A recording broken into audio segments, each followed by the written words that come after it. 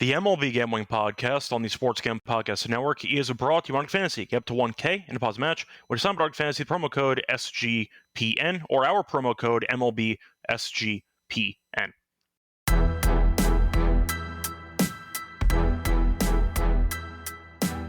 And welcome, everybody, to the MLB Gambling Podcast here on the Sports Gambling Podcast Network. It is currently Thursday afternoon, July 24th, around 5 p.m. Eastern Time. I'm Rose Scott Rochelle, joined again by Lonte Smith. First time we've been together in a while since I've been back on vacation. Lonte, how's it going with you? Been a while. What's up? Yeah, man, been a while, but it's been pretty good, man. I'm glad you got a little break in. I mean, we also got a little break while you were on your break, just the off-season. I mean, just the All-Star break. But yeah, man, everything's going good. We just I think we had a few good shows. I listened to Mal and D-Rock yesterday, so hopefully we can keep it rolling with our show today.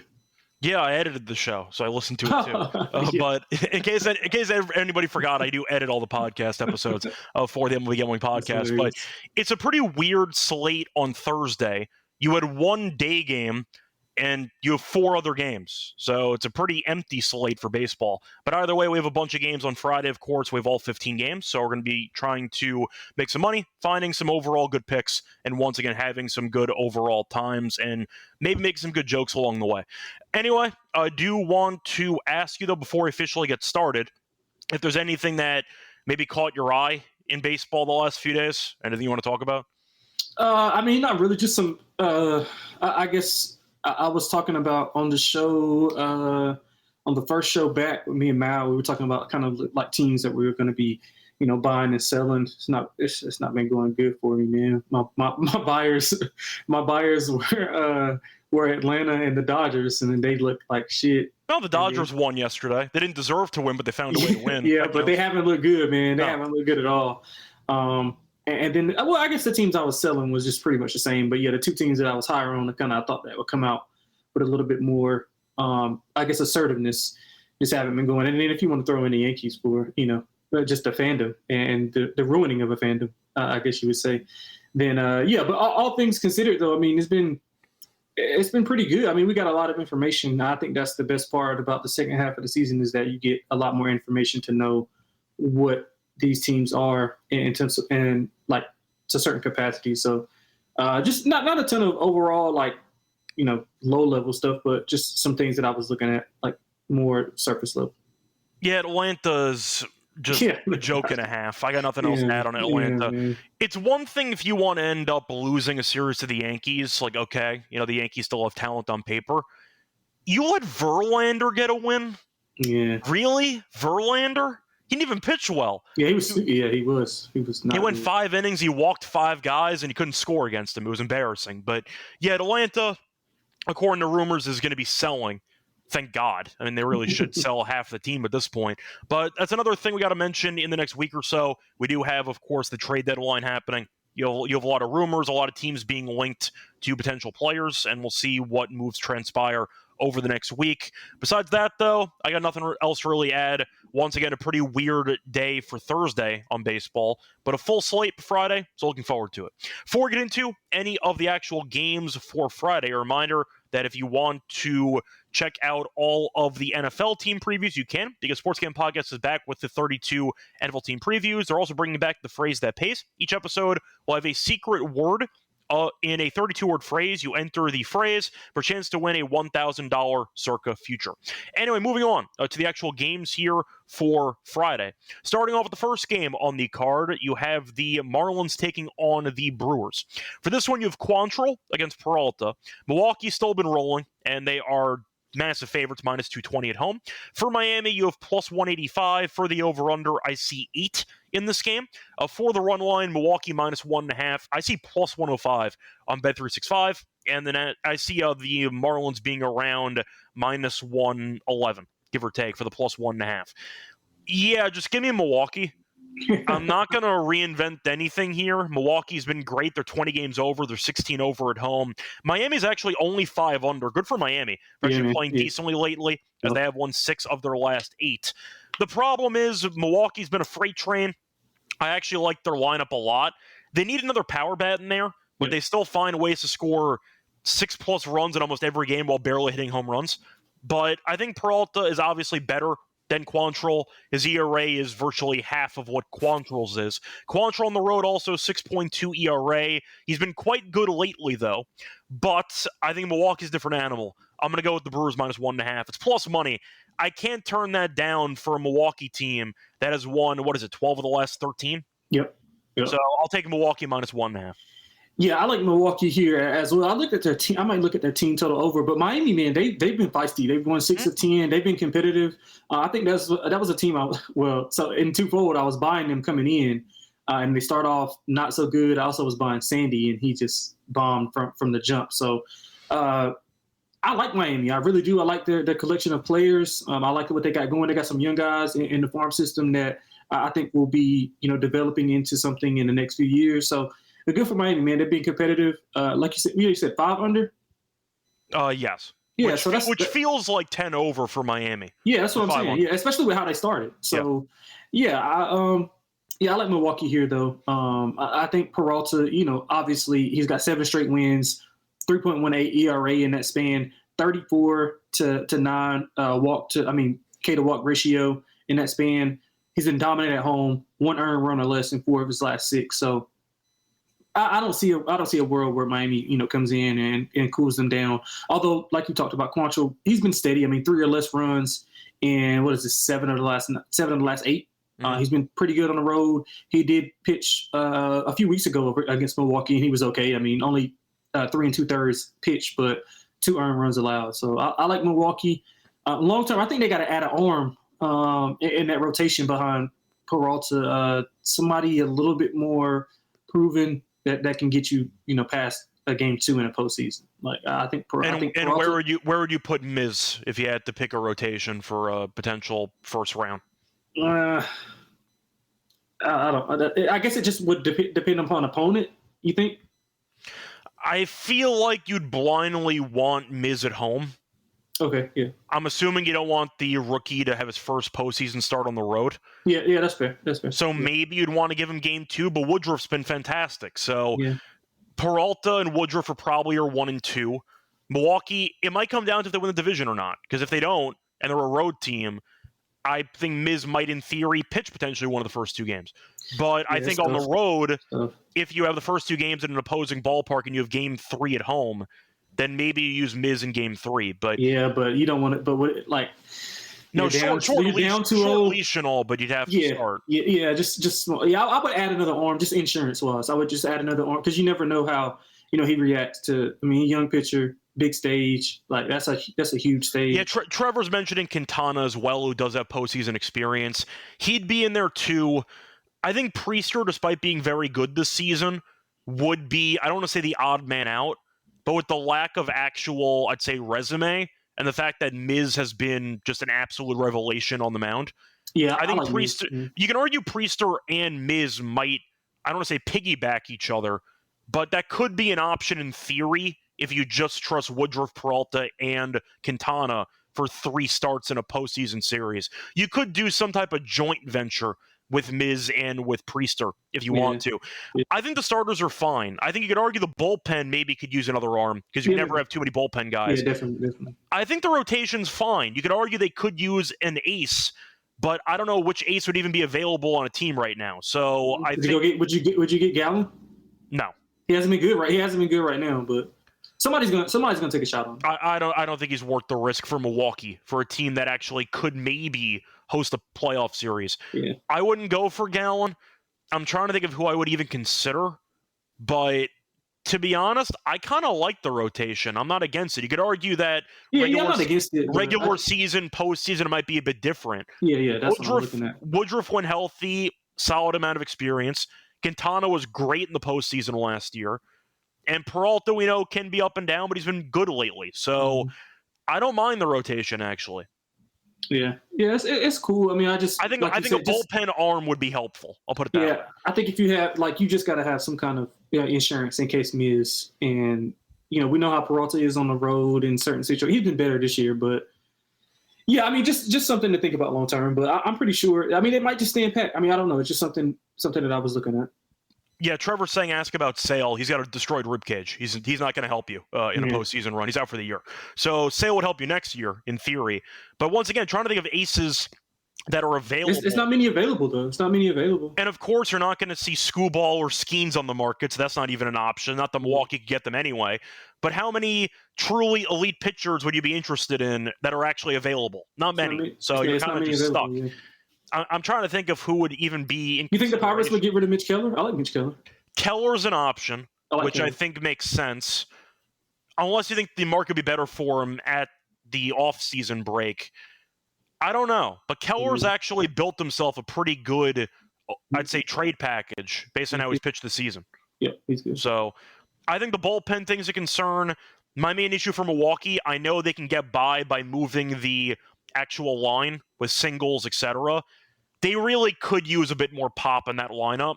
I see Trevor mentioning Austin Riley. That might be a little bit too optimistic, but we'll see if Atlanta does sell him off. That's the idea I'm going for. Something like that. I do think they could use a solid power option, even off the bench.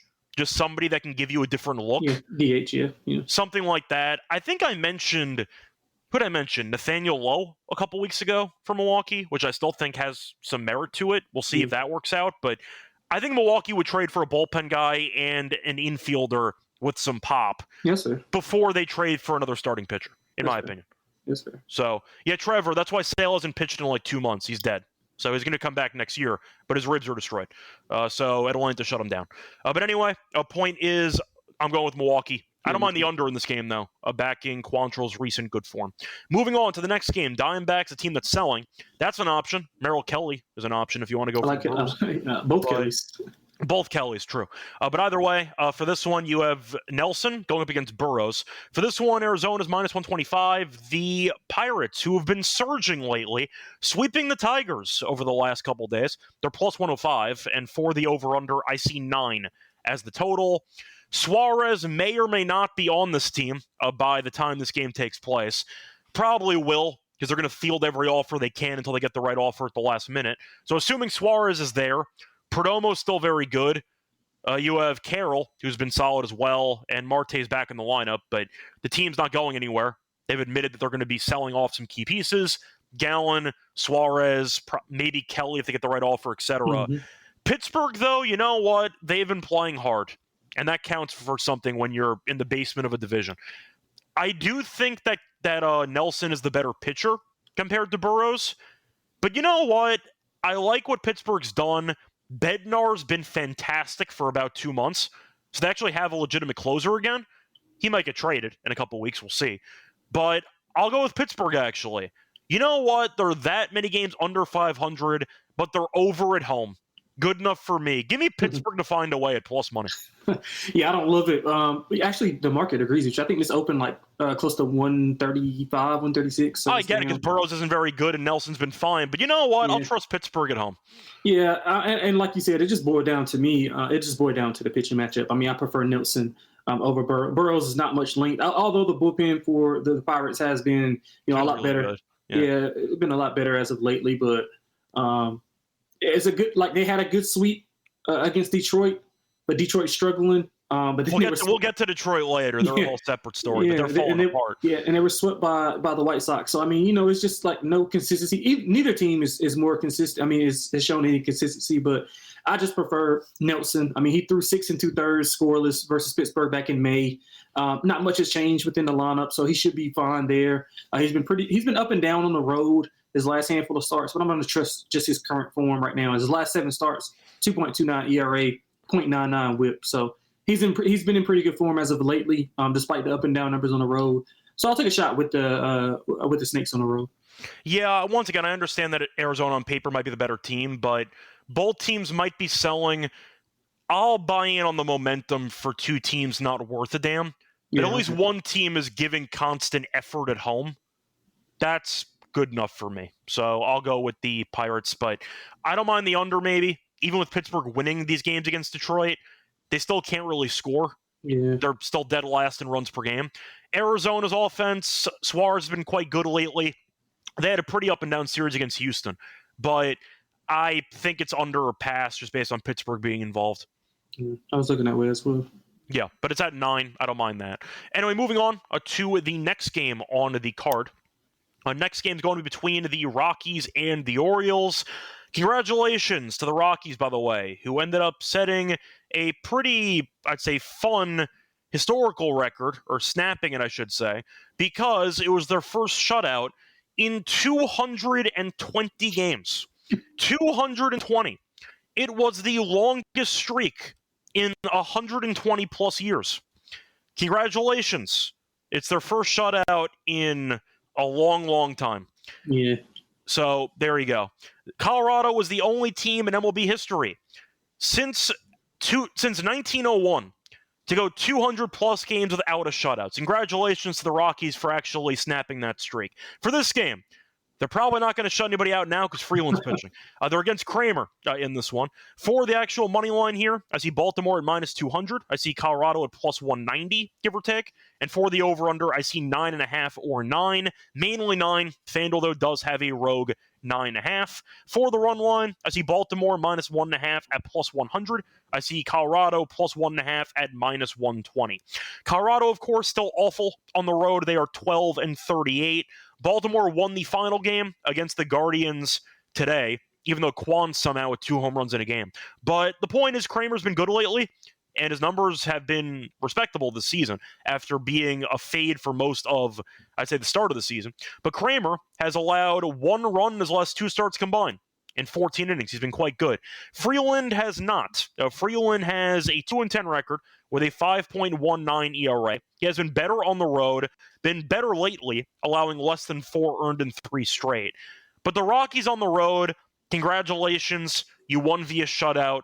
I'm proud of you. You're a terrible road team. Give me Baltimore minus 1.5 at even money. Yeah, I like Baltimore as well, but I will give credit to Colorado, man. They've been playing really well, 4-2 the last 6. They've scored 6+ runs in all 4 of those wins. Freeland's been okay, and he's pitched against some quality offenses. He pitched well against Boston, against Houston, and against Philadelphia. So he pitched well against those guys. 3 or less in 6 of the last 7. So he's pitched deep in the game, 6+ innings. But again, I think they come back down to earth a little bit here with Baltimore, who's been struggling themselves. They've had one. They're 1-7 in their last 8. They've allowed 6+ runs in 5 of those 8 games. So not looking good.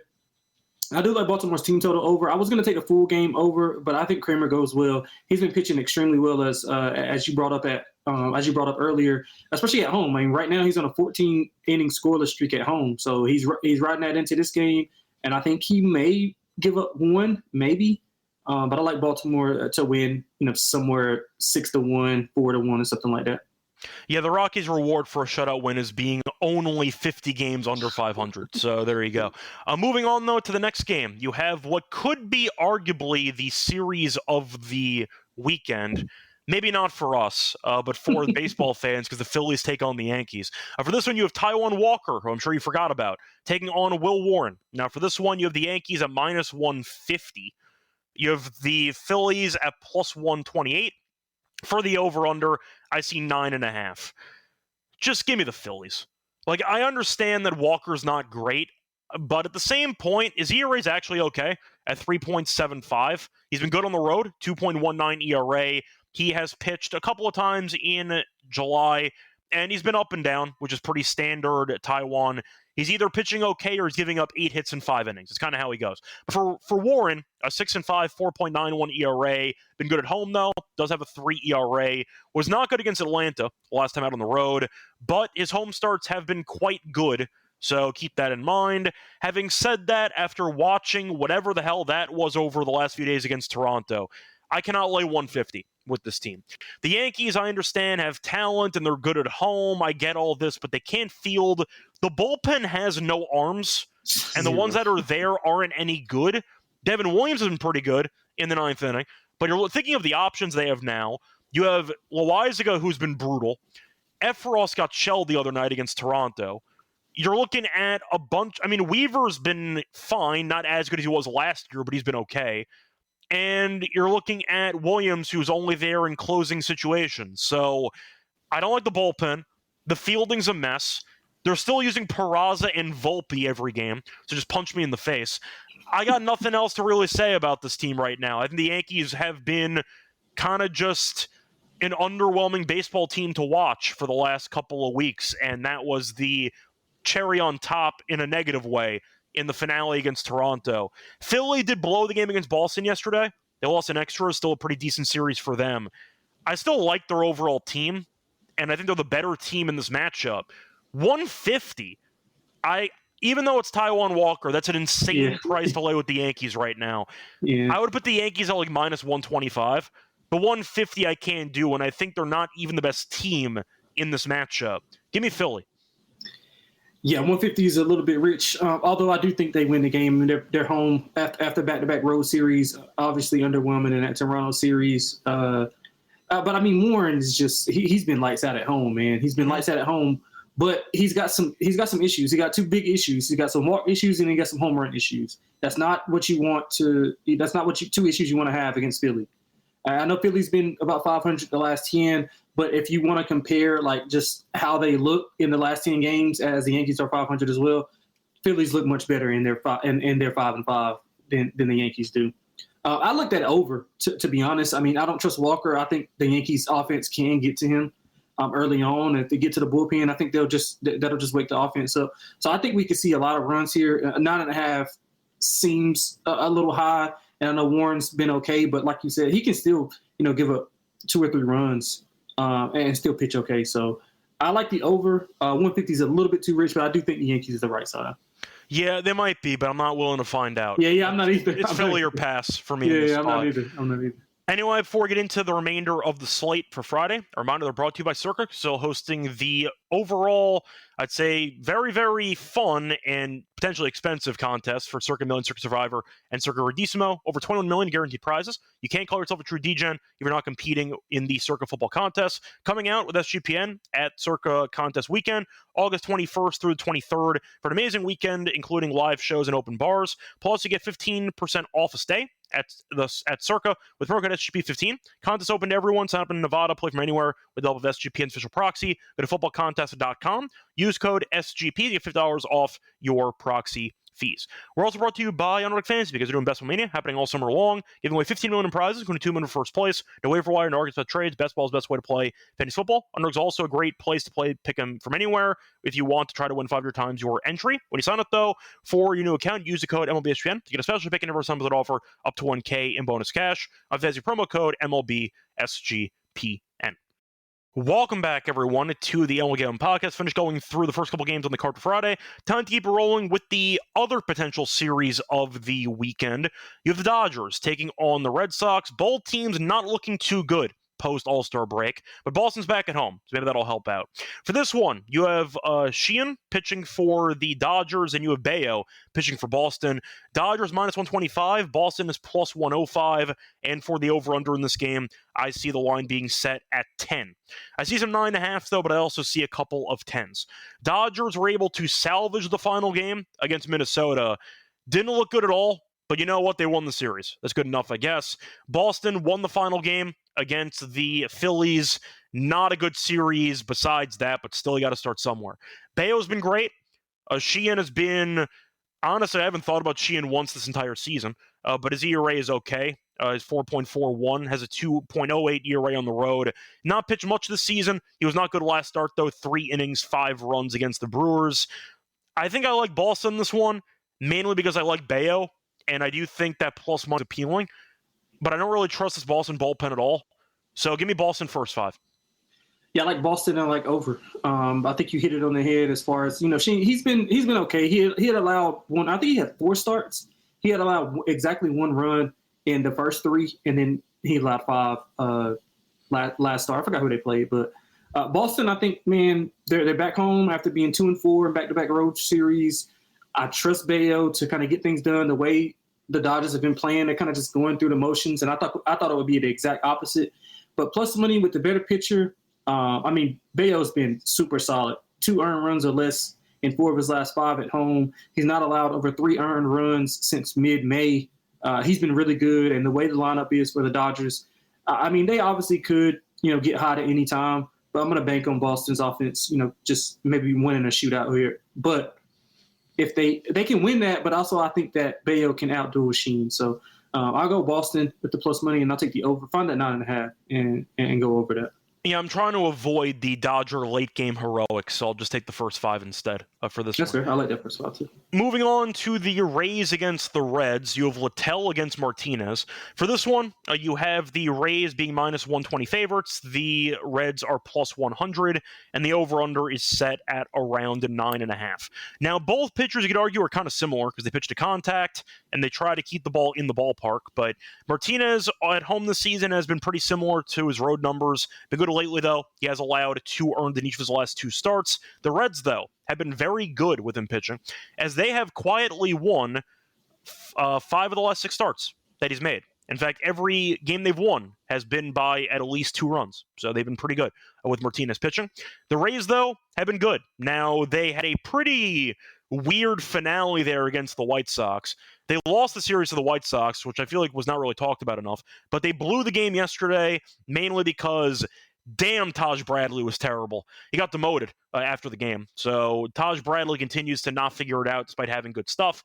But for this matchup in itself, the Reds have been a very up and down team. Same record is not surprising. The Reds had a pretty underwhelming series against the Nationals as well.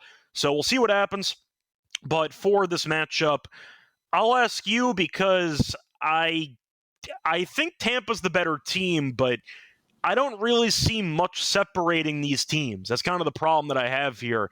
Do I want to lay 120 with Tampa? I'd argue it maybe should be more expensive, but the Reds have been really good with Martinez pitching. As you can tell from my hesitation, I will not be betting on this game because I have no interest on it. I'll go with the Rays, but I'm not going to bet on this game. I don't mind the under, though. I think Littell and Martinez have actually been pretty decent. Yeah, I'm gonna go with Tampa. I don't love it. I don't love it, but I like it. They've struggled, man. They had a series loss against the White Sox at home. That didn't look good at all. They fumbled that game away yesterday. Yeah, and I like Littell. He's at 4 or less in 6 straight, including 3 of those were on the road.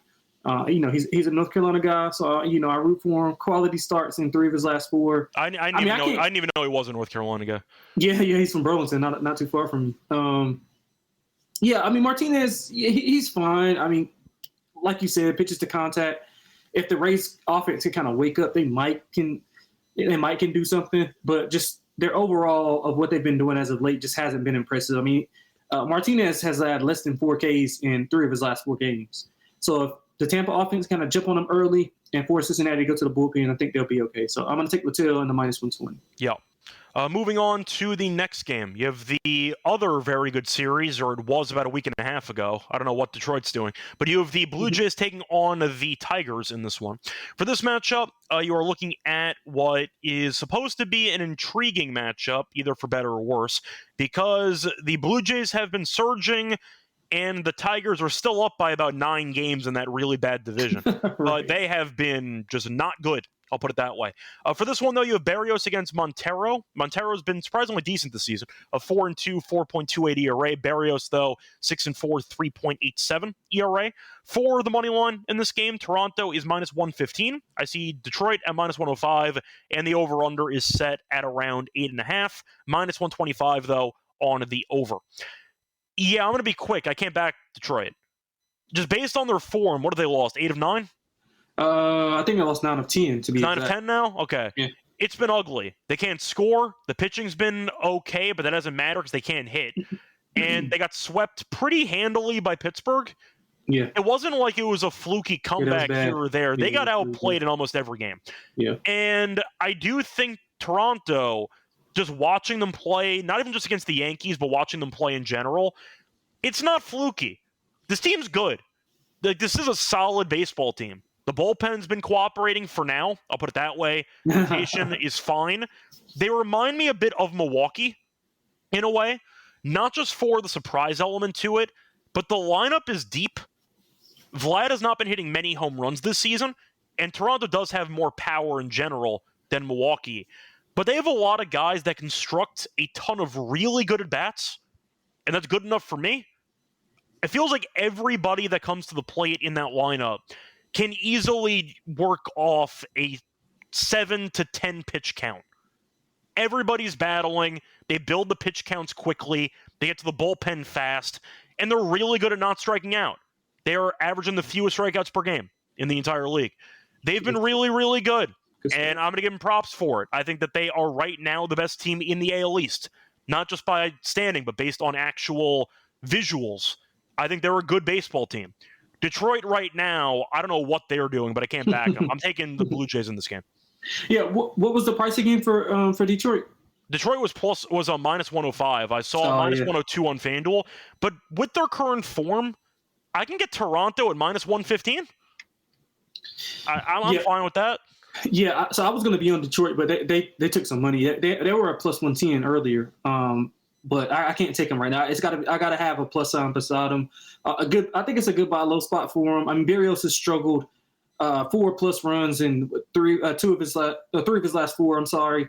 He's either been really good on the road or really bad. It's really no in between. Like I watched Detroit yesterday get absolutely destroyed by Bailey Falter. Like I don't even know if that matters anymore for pitcher stats. Falter was incredible yesterday. Yeah, I mean, everybody has one of those days. Yeah, I mean, and Toronto's lost 3 or 4 on the road. That series against the Yankees was a big one, and I think it's a big series for Detroit because then we'll get to them later. But while they're losing, Cleveland is winning. It's not, that's cutting into that lead like you talked about at the top. To be fair, Cleveland did lose today, but yes, right now the innings. Yeah, but they won like 8 of 11 though, right? Yes, Cleveland like 8 of 11. Officially at 500 again. Congratulations, you're at 500. They are 8.5 games clear of Cleveland. Yeah, okay, that's fair. Yeah, but Montero's he's been steady. I think it's a good word for him. 3 or less and 4 straight at home. I mean, I can't bet it now, but if you put a gun in my head, I would bet Detroit. I just want a plus sign beside it. I mean, I saw plus 110 earlier. I missed it. I thought it would get bet a little bit further up just because of exactly how you just broke it down. To be fair, we got a long way to go before this game happens. You might see a decent amount of line move coming in.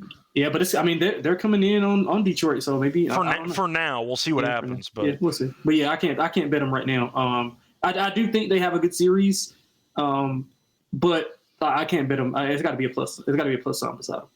Yeah, I just feel like the problem once again is that Detroit right now can't hit, and Toronto just constructs really good at bats. I think that's a problem. Yeah, that's fair. I think if we're arguing about which team should have more runners on base in the series, I'd pick Toronto. So I'll pick them to win this game at a pretty decent price. Moving on to the next game, you have the Padres taking on the Cardinals. Damn, the Cardinals have fallen apart.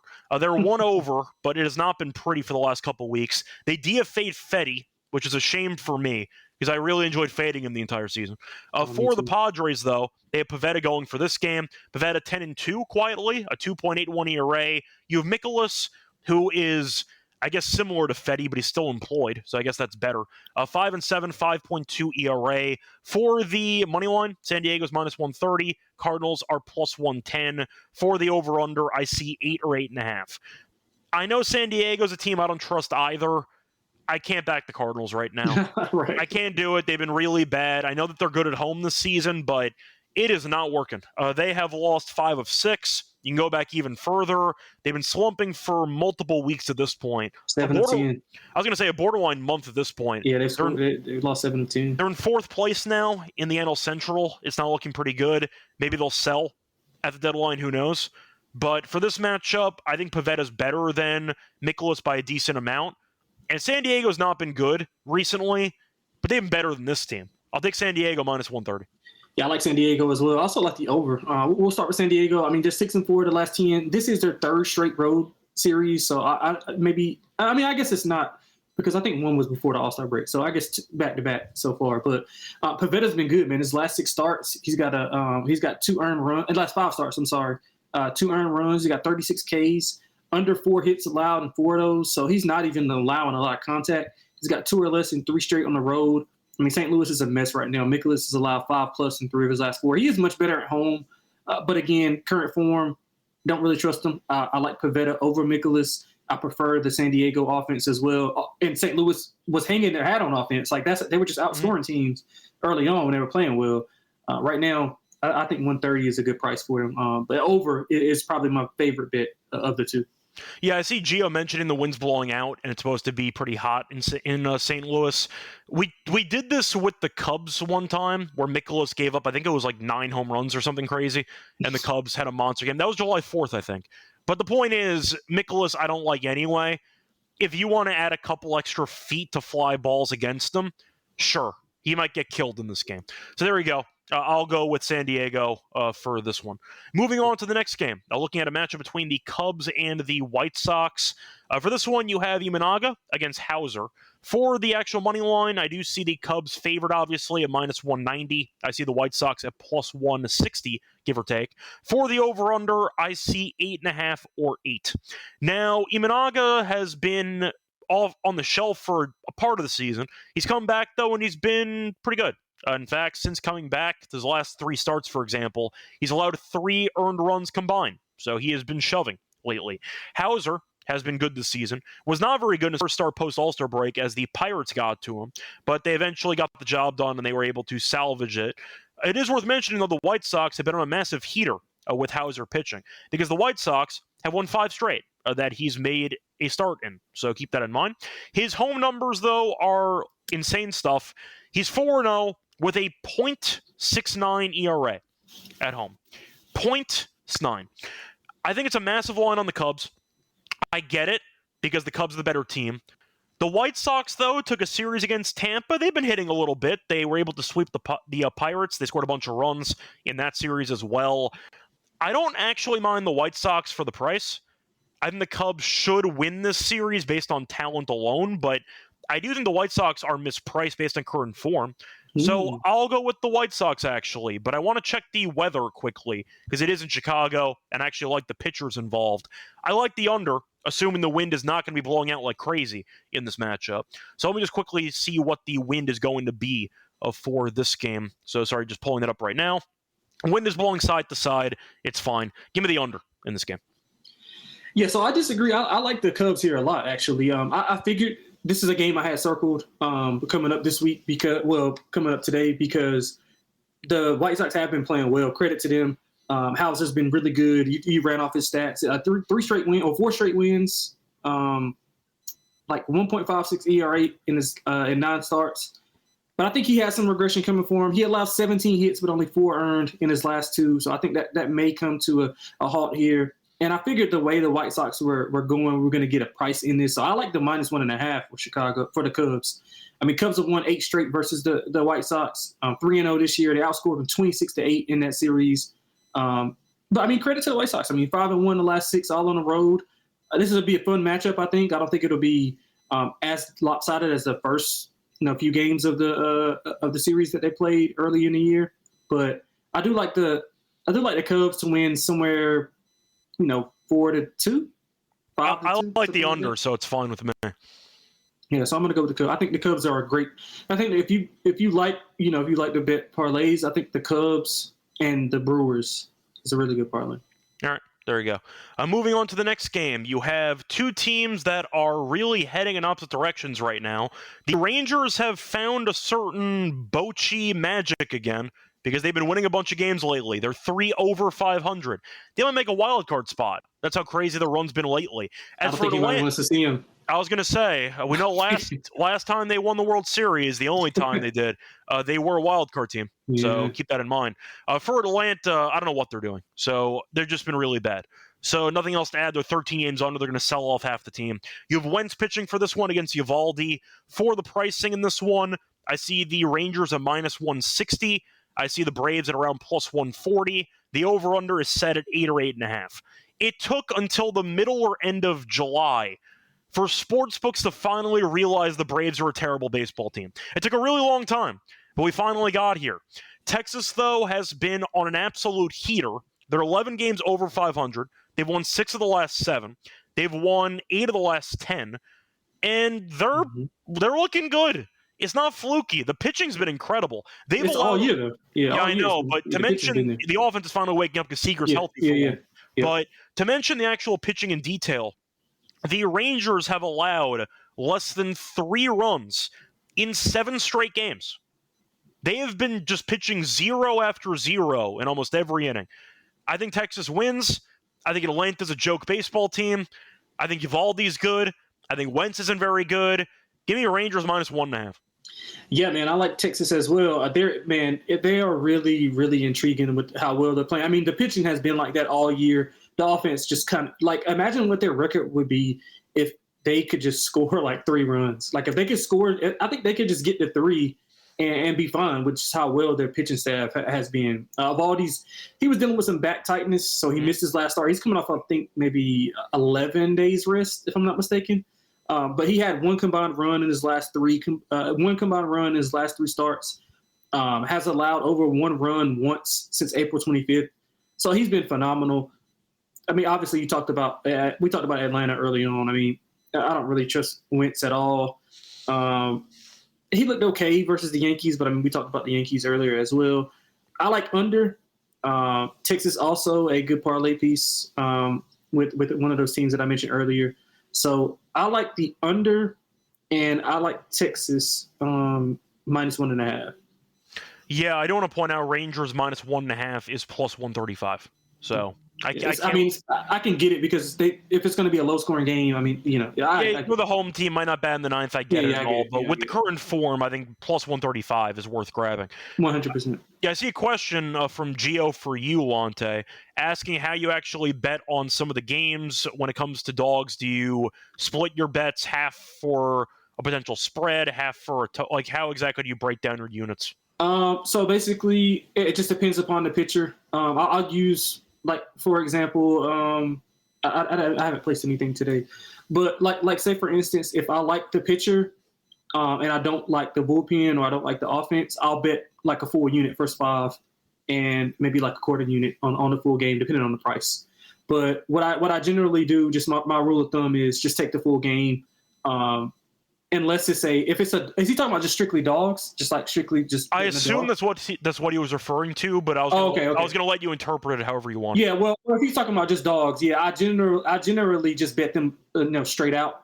And if the pitcher I like is a first 5 and he's getting a decent amount of money, then if they're getting a decent plus price, then I'll bet like half and half, like just split a unit, half unit on the first 5, half unit on the full game. Sorry if that don't make sense. Yeah. But as for me, I'm not really the kind of guy that splits units that way. If I like a play, I'm betting it for a unit, basically, and I'll just go from there. I don't really deviate that much. Player props, all the stuff I give out on the prop shows, same thing, unit for all those that I like. I don't really venture off that much when it comes to creative unit sizing. Yeah. Sometimes, though, if like Adam sends me a play, I'll do it to win a unit. Like that's kind of my only 2 breakdowns. Yeah, that's fair. It's either I'll risk to win a unit. I'm basically risking a unit either way, but I'll be laying it and I'll be putting over like some extra money in order to win a unit. Yeah. It just depends for me because like if I got a high volume day, like if I like a lot of stuff, then I want to dial it back to only the plays that I like the most. But the dogs specifically, depending upon if it's like over like 150, then obviously you want to dial it down just a little bit and not put a full unit on it. So I just go maybe like half or quarter.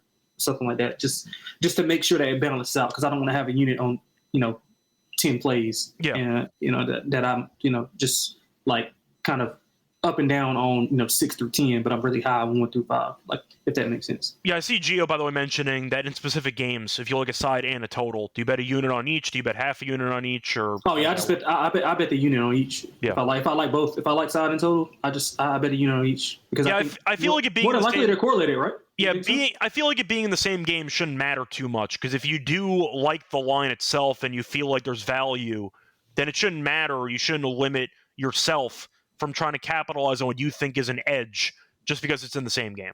Yeah, that's kind of how I look at it. I agree with that. Yeah, I think more than likely, like for instance, like if you want to do like we both like Texas. Well, I think I like them a little bit more than you. But I said the run line, so I like Texas. Yeah. So what was their money line price? -160, give or take. Yeah, and if you're into land, like in baseball, I don't really like land like over 150. I have to absolutely like love it. My cutoff is usually 135. Yeah, I'll lay 150. But I have to absolutely love it. Like I have to absolutely love it. But again, like I think that under in that game is kind of correlated to how Texas is. And they're going to pitch really well. Although they might not get the ninth inning at bat, I think their pitching staff is just that good where they can limit it to one run and maybe score 3. So I feel like once again, to go back to the edge point, it's good that we brought this up just in general. You have a decent amount of baseball games every day. You're going to be skipping a lot of games. In reality, you're not going to be a guy who's going to be betting on one play for every single game. If you feel good about a game and you're willing to skip half the card anyway, then why would you limit yourself from trying to capitalize on what you think is a good wager? It shouldn't matter if you have action in the game already. If you like multiple plays in the same game and you feel good about them independently of one another, then why not bet both of them? That's true. I like that. Yeah, that's true. So, I do it like that too. If I like, I'm trying to figure out a game on this slate where, I like Texas and under. You go. That's the perfect example. Once again, I feel like some people might be afraid of, well, if I get this read wrong, too much exposure. Yeah, then I'm gonna have too much exposure. But then what's the alternative? You're gonna bet one unit on a game that you really like instead of 2, and you'll probably bet a unit on another game that you like less because you have no exposure on it. Yeah. I think exposure. You can go 1-1 in a game if you like. I think exposure on a particular game is a pretty, I don't want to say overrated concept, but it shouldn't scare you off of taking bets that you like. If you like multiple plays in one game, you shouldn't be afraid of taking your second play on a game because you already have action on it. Yeah, I agree. If you like multiple angles, then bet the angles. Yeah, for sure. How many angles do you think on a given card do you feel particularly good about on a given card? If you want to dive into all the prop stuff, etc., but let's say sides and totals. You have a 10-game slate. You probably feel good about what, like 3-4 sides maybe in there? I would say 3 to 4. Yeah, probably 3 or 4. You probably feel real strong about 2 of them, and then you're kind of like over 60% on the other 2. Correct. You feel really strong about the first. The point is, so like 3 to 4. Everybody has a play or 2 that they like more than the other plays they're betting anyway. That's usually how it goes. So if you have both those plays in the same game, why would you forfeit taking one of your more confident plays just to waste the unit on something you're less confident in? Mm-hmm. Because of exposure, which I think is an overrated concept in my opinion. Yes, you might get killed if you end up picking the game wrong, but if you get the game right, then you get both plays right. Man, it's just gambling, though. That's what I'm saying. Do. People tend to be afraid of losing in some cases more than recognizing they might actually have an edge on both the side and the total. Yeah. So I kind of treat each bet independently. If I like the side in the game, I'll bet it. If I like the total in the same game, if I really like the total, I'm still betting it.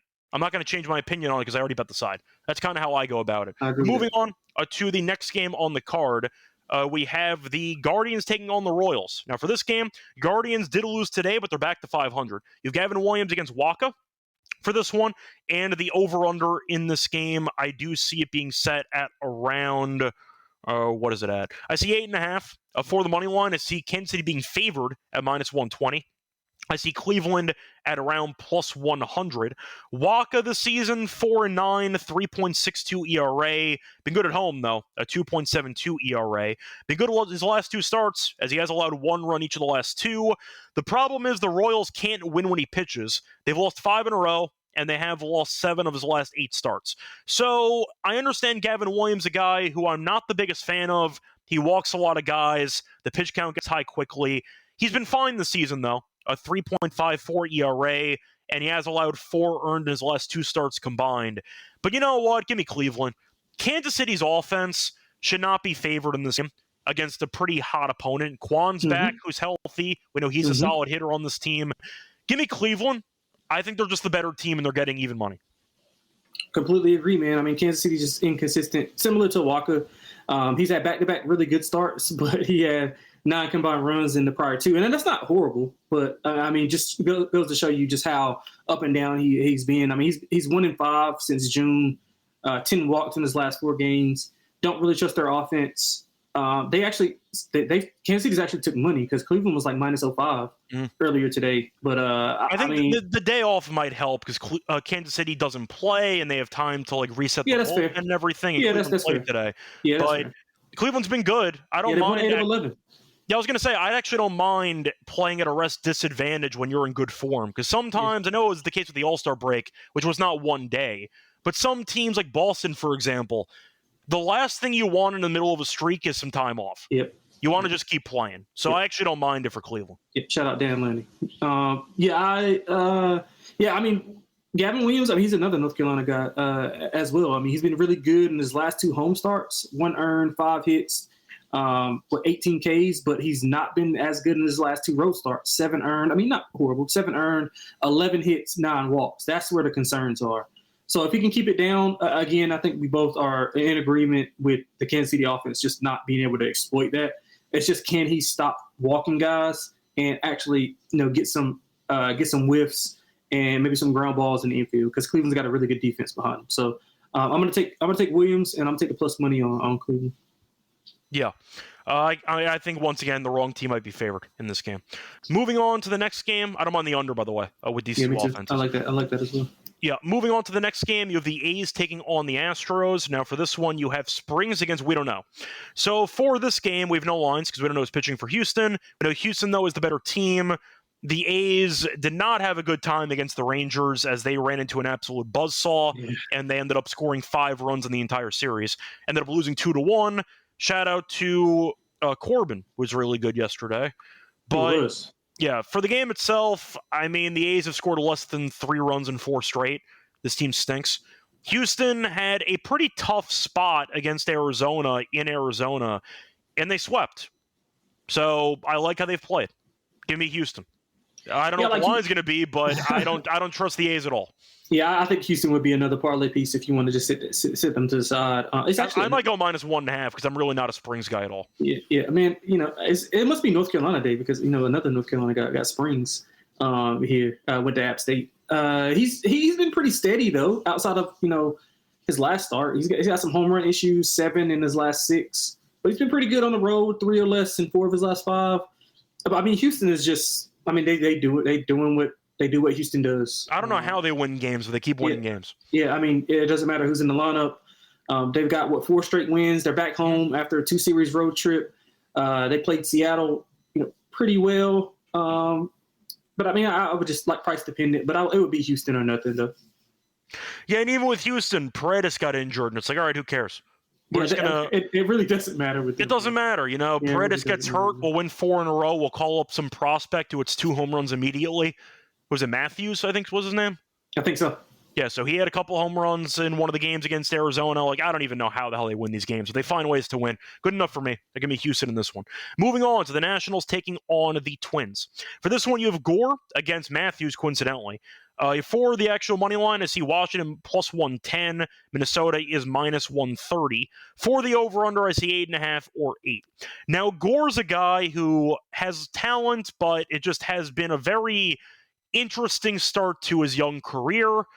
He was awful his first start out of the All-Star break as he went 2 1/3, gave up 8 runs against the Padres, but we know he's still a pretty solid pitcher as a whole. For the Twins, you have Matthews, who's been really bad this season, a 6.26 ERA. He's made 1 start since the beginning of June, since the 5th of June, because he ended up getting injured, and he was not good. 4 innings, 5 runs. It was in Coors, though, so we'll see how he does in this one.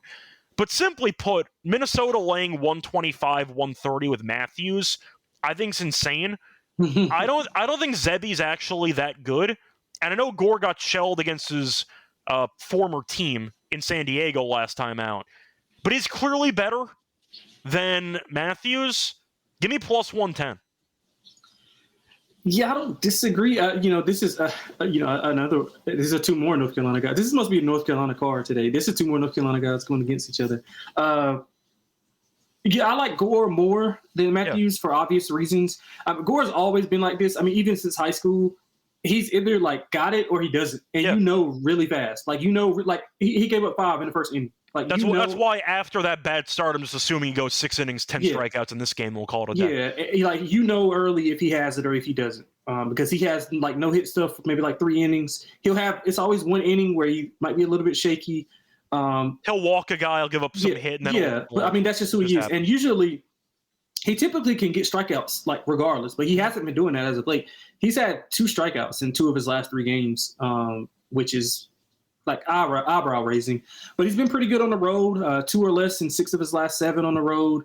Prior to that, it's like his worst outing of the year.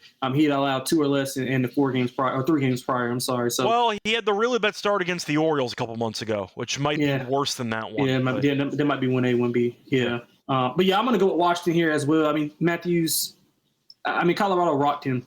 5 runs off 8 hits. So Washington's offense it's been hit or miss, but I think they can get some. I think they can get some runs off of Matthews. So I like Washington plus the plus 115. Yeah, plus 115, plus 110. I just think that Matthews being minus 130 is insane. So agreed. I love the over too, though. I mean, Washington's over in 7 of 10. Minnesota's under in 7 of the last 10, but they've scored 4+ runs in 4 of the last 6. If they can give you 4 runs, I think the Washington offense can score 6. So I like the over. I can get behind that. I don't mind Nationals team total over. I'll avoid Gore. I'll just fade Matthews in this one. Moving on to Seattle, taking on the Angels. You have Wu against Soriano. For this one, you have the Mariners at around minus 125, give or take. I do see the Angels at around plus 105. For the over-under in this game, I see it being set at 8.5. Now, Seattle has been trying to hang in there. As for the Angels, they got swept by the Mets. It was not pretty. But I'll ask you for this one, because Soriano might be a trade piece guy if we're talking about some pitchers who might be, I'd say, affordable to get. It would make sense for Soriano to be a potential flip guy who is 7-7, 3.83 ERA. Really bad at home, though, a 5.65 ERA. He has allowed 3 earned in his last 2 starts combined, so he has been pitching a little bit better. Then again, he was not good 2 starts ago, but he had some unearned runs, which factored in. Wu, though, I like. He's 8-5, 2.91 ERA. Was not good last start, but besides that, he has been solid. He was an all-star. I'll go with the Mariners. I think it should be a bigger price, in my opinion. Soriano's home numbers speak for themselves. I think Seattle should be minus 140. I think 120, 125 is too cheap. The Angels were really good for the first 4 innings against the Mets and got killed the rest of the series. I'll go with the Mariners at minus 125. Completely agree. Step down in competition for Seattle. If you look at their last 2 opponents, we talked about Houston, and I forgot the other one that they played. The Brewers, and that was not fun. Yeah, right. So those have been their last 2 opponents, and now they're going to play the Angels. So a little breather there. They still got to perform, though. Wu's been – I like Wu a lot. He has allowed, he allowed 4 earned in his last start versus Houston, and he allowed 4 combined in his last 5. That just goes to show you how dominant he's been. But he's been pretty good on the road, 2 or less in 3 straight games. Soriano, you talked about the road numbers. He's got the home numbers. He's got walk issues as well. I think Seattle a little bit too short here. I would make it around 140 as well. So I'm in agreement with you. I like Seattle as well. Yep. Moving on to the last game on the card, you have the Mets taking on the Giants. For this one, you have the Mets using Holmes against Webb. And for the over-under, 7.5. For the money line, Giants minus 140. Mets are plus 120. Going to be very short for me. It's Webb at home. Give me the under. 7.5? We've been getting 7s or 6.5s the entire year. 7.5? Sure. I've been waiting for 7.5 with Webb at home.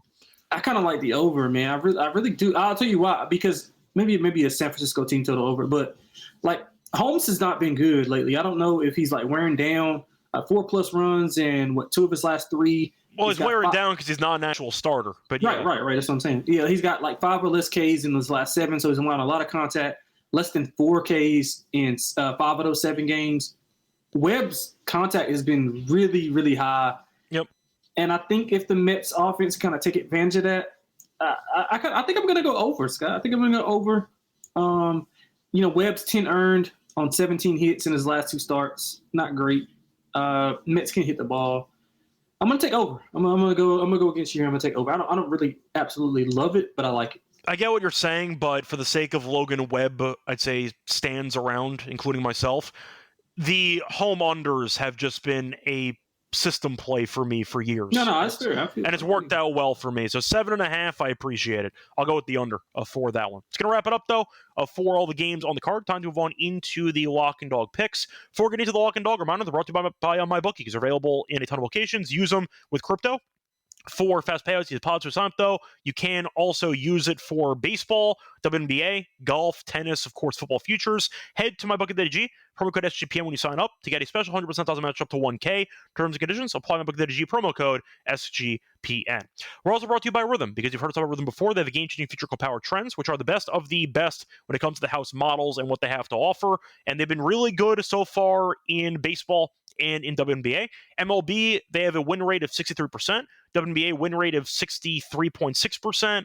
Download the app, check out Power Trends, start betting smarter. You can also try it for free for a week by using the 7-day free trial. Go to sportsgamblingpodcast.com/rhythm to get your 7-day free trial. Sportsgamblingpodcast.com/rhythm to get your 7-day free trial. Welcome back, everyone, to the MLB Gambling Podcast. Finished going through all the games on the card. Time to move on into the lock and dog picks. Lonte, what's going to be your lock and dog for the show? Yeah, so let's go with I'm going to take two road teams, actually. So let's go with the Snakes. See if you can find a -120. I think that this is a decent price for them. I don't really trust Burrows at all. Nelson is the better pitcher, obviously. And I know, Arizona's been a little bit inconsistent. I know Pittsburgh's been surging a little bit. But I do think that Nelson will be able to shut down the Pittsburgh offense. Shouldn't take much. And I trust the Arizona offense to kind of get things done. I think they're the best unit on the field of the four. So let's go with Arizona minus the 120. And for the dog, we talked about it. I love the Cubs in this spot. I think we're getting a lot of value on a -1.5. You can get plus money on that. Anything with a plus sign beside it, I think it's good to go. They've dominated the White Sox as of late. 3-0 this year against them, outscoring them about close to 20 runs. Imanaga should be able to shut down that offense. And I think the Cubs will be able to score. So -1.5 for the Cubbies. Let me see if I can get the exact number on that. That is – what is the exact number? That is – actually, it's not plus money. Jesus, it moved. Wait, you said for the Cubs? Yeah, it moved. It was even money, but it's like – I see -115. Yeah, so let's switch that though. Just throw out that whole handicap. And let's go with the -1.5 on Baltimore. Plus, that's even money. All right. So for my lock on the show, what did I want to go with here? You know what? I think I'm just going to do it because I like how the team's played, and I think the other team's falling apart. Give me Toronto. I'll take Berrios here. Berrios actually been good to me so far this season. Montero's been fine. Detroit, though, really can't hit. It's been a mess. They've lost, once again, it's either 8 of 9 or 9 of 10. And Toronto beat the Yankees in a series. They look pretty good right now. I think that they are in a pretty cheap price point for a team that is in free fall in Detroit. Give me the Blue Jays at -115 as my lock for the show. For the dog, I had a bunch of options because I actually did like a decent amount of dogs for the card. You know what? I think I am going to back the hot hand here. Why not? I like the price. Give me the Rangers -1.5 at plus 135. They've been really good. I like Eovaldi. Wentz isn't a real starting pitcher, and the Braves stink. If we've not said that before, I'll go with the Rangers on -1.5 as my dog for the show. Now it's time for the home run picks for the card. Lonte, who's your home run choice? Yeah, well, I couldn't take the Cubs for the dog, but let's go with Dansby Swanson. He's got a 4-game hit streak going on. He's been hitting the ball pretty well. I do think that there'll be a lot of runs on the Cubs side. So let's go with Dansby Swanson for the dog. I mean, for the home run prop. All right. So for mine, I'm just quickly seeing. Yeah, I gotta go. Probably fading Mikolas here. It's too fun. Yeah, you know what? It's either gonna be a Machado or. I was looking at Machado. He hasn't been amazing. It's Mikolas. He's only batting .235 against him. He does have 2 home runs. Yeah, I'll do it. Give me Machado in this one. He's been in pretty good form. Had a double yesterday. 2 hits. That's good enough for me. Give me Machado to go yard against Mikolas. I wanted somebody against Mikolas, and Machado makes sense. I'll go with that as my home run choice. Anyway, it's going to wrap it up for the show. We're back once again to get into the games for Saturday. But until next time, of course, find me on Twitter at Radio. Find me on Twitter at XSonteXX. Until next time, good luck to all of you and all of your bets. Bye, everyone.